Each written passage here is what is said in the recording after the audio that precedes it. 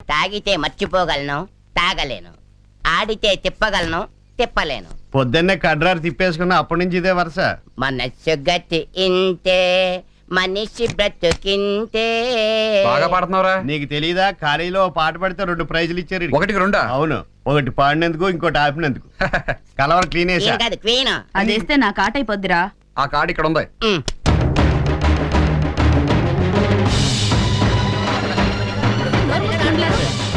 ఒరేయ్ నానాజీ,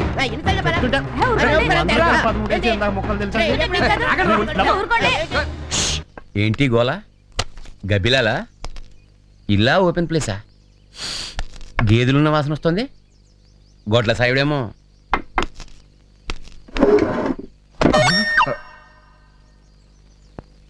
సుందరము సుమధురము చంద్రుడందిన చందన శీతలము. సుందరము సుమధురము చంద్రుడందిన చందన శీతలము. సుందరము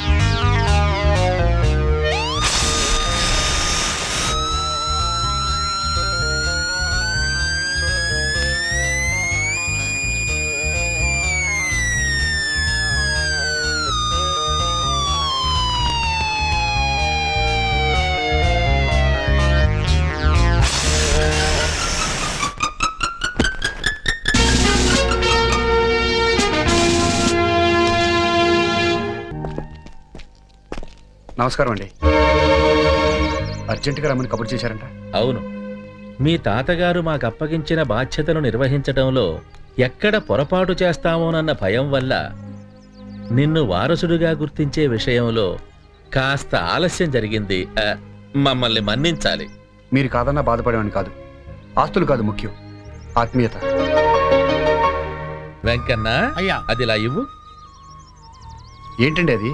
మీ తాతగారు రాసిన వీలునామా. అవును బాబు, ఆఖరి క్షణాల్లో వారు మమ్మల్ని పిలిపించి తన కూతురు గాని ఆవిడ సంతతి గాని తిరిగొస్తే ఈ వీలునామా వారి సమక్షంలోనే తెరిచి చదవమని ఆదేశించారు. మీరనుమతిస్తే చదివి వినిపిస్తాను. అలాగే కానివ్వండి.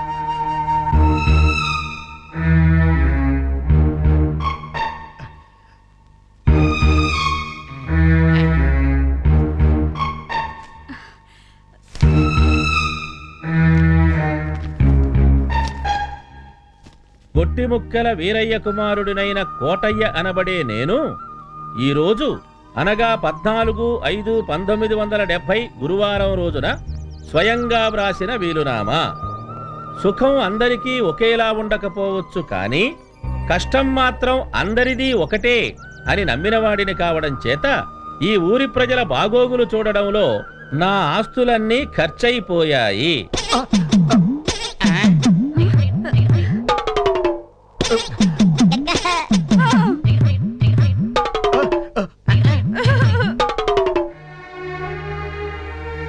అప్పులు చేసి తీర్చకుండా నేను పోతున్నాను. అందువల్ల మా నిర్మలకి దాని బిడ్డలకి నా విన్నపం, నా పైన ఏమాత్రం గౌరవం ఉన్నా ఈ క్రింద తెలిపిన వారికి నేనివ్వవలసిన అప్పు శారీరక శ్రమ చేసైనా తీర్చమని వేడుకుంటున్నాను.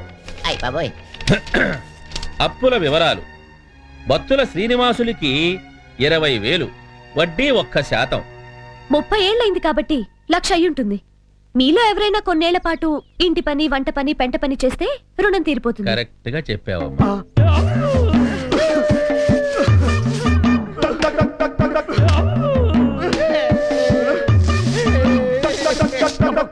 వెంపటి సోమశేఖరం గారు ఇల్లు నిర్మాణానికి నిల్వ చేసుకున్న 25,000 నేను తీసుకోవడం జరిగింది. వడ్డీ ప్రభుత్వం రేటున. ఇప్పుడు తేలిగ్గా 2 లక్షలు దాటే ఉంటుంది. డబ్బులు ఇస్తారా లేకపోతే శ్రమదానం చేసి ఇల్లు కట్టిస్తారా? నలుగురున్నారు కాబట్టి రెండోదే తేలిక.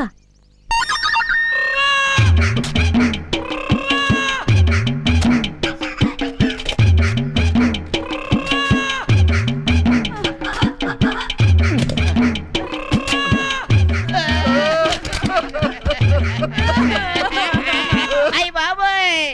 ఇంకా ఆ వీలునామా నాకు ఇవ్వండి. నేను చదువుకుని వారు ఆదేశించినవన్నీ పూర్తి చేస్తాను. జర్నలిస్ట్, ఇది కళా నిజమా? కల కానిది ఆహా, విలువైనది బాగానే పడుతున్నా. శోభనం టైం వేస్ట్ చేస్తూ మనము. ఈ టైంలో ఎవడు తలుపు కొడుతున్నాడు? దొంగలేమో. మనం ఇక్కడే ఉన్నాం కదా. అలాగే ఎవడాడు? నువ్వు ఇక్కడే ఉండు, నేను చూసొస్తాను. నువ్వా? నా వాచీలో టైం 11:30 అయింది. నీ టైం ఎంత అయిందో? అది అడగడానికి ఈ టైంలో తలుపు కొడతావా? అసలు బుద్ధుందా నీకు? బుద్ధంటే మన బేవర్స్ గాడి మిస్సింగ్. ఏమే యా. దొంగతనాలు మానేసాం కదా అన్న బెంగతో గోదాట్లో దూకి సూసైడ్ చేసుకున్నాడేమో. సూసైడ్ కాదు సూసైడ్. ఇక్కడున్నావా? యా. పైన వీళ్ళు కింద నువ్వు. రిజర్వేషన్ ఏంట్రా? రిజర్వేషన్ కాదు అబ్జర్వేషన్. ఎక్కువ మాట్లాడే ఉంటే ముక్కల కింద నరికి పాత్ర చేస్తా. రెక్కలు ముక్కలు చేసుకుని మరీ పాడు కడతావా? నేను శోభనం చేసుకుంటుంటే నీకు ఇదేం పోయే కలవరా? ఇదిగో 5 నిమిషాల్లో బయటికి వెళ్ళకపోతే బట్టలు ఇప్పి కొడతాను. బట్టలాడతావా? ఈ టైంలో ఎందుకులే బాబు, శుభ్రంగా శోభనం నువ్వు చేసుకుంటూ ఉండు అమ్మా. బస్సు ఫస్ట్ నైట్ కదా, నీకు కొంచెం పైరసీ కావాలేమో. పైరసీ కాదు ప్రైవసీ. వస్తున్నా. నువ్వు ఎక్కడికి వెళ్తున్నావు? రాత్రంతా నీతో బోల్డ్ అంత పని ఉంటాను. రా. అయితే చూపు వస్తుందంటారా? తప్పకుండా పసరు వేసి కట్టు కడతాను. 2 రోజులకోసారి కట్టు మార్చాలి. కాస్త నీడ పట్టు ఉంటూ ఉండండి. అలా పడబోయావేమిటి శివరాం? ఆ, ఈయన దుర్గాప్రసాద్ గారని పోలీస్ ఆఫీసరు, సిటీ నుంచి వచ్చారు. ఎవరో దొంగ వెధవలు చేసిన పనికి ఈయన కళ్ళు దెబ్బతిన్నాయి. మా ఉద్యోగాలే అంత అనుక్షణం రిస్క్. ఇప్పుడు నా కళ్ళు పోయినందుకు ఆ దొంగరాముడు పండగ చేసుకుంటూ ఉంటాడు. మీరేం బాధపడకండి, మీకు చూపు తప్పకుండా వస్తుంది. ఆ దొంగ వెధవని పట్టుకుని తీర్తారు. ఏం శివరాం? శివరాం ఎవరండి? మీ బంధువా? మాకే కాదు, ఈ ఊరందరికీ బంధువు. మా కోటయ్య గారి మనవడు. ఓ అలాగా. ఆ. నమస్కారం శివరాం. నమస్కారం అండి. ఈ గొంతు ఎక్కడో విన్నట్టుందే. మనిషిని బోలిన మనుషుల్లాగే గొంతును బోలిన గొంతులుండొచ్చు. చూడు శివరాం, వీరికి అవతల ఒడ్డున మెట్ట మీద విడిది ఏర్పాటు చేశాం. పాపం చూపు లేదు కదా, కళ్ళల్లో మందేశాక వీరిని కాస్త నావలో దిగబెట్టరా. నీదే ఊరన్నావు? పసలు అండి. రామచంద్రపురం దగ్గర కదా? మంచి ఊరు. అవునండి. ఏం చేస్తుంటావో? ఏదో గాలికి తిరుగుతూ ఉంటామండి. వాయిస్ ఏమిటి ఆ రామకృష్ణలా ఉంది? వెళ్ళిపోతున్నట్టున్నావు. కాస్త హ్యాండ్ ఇవ్వయ్యా.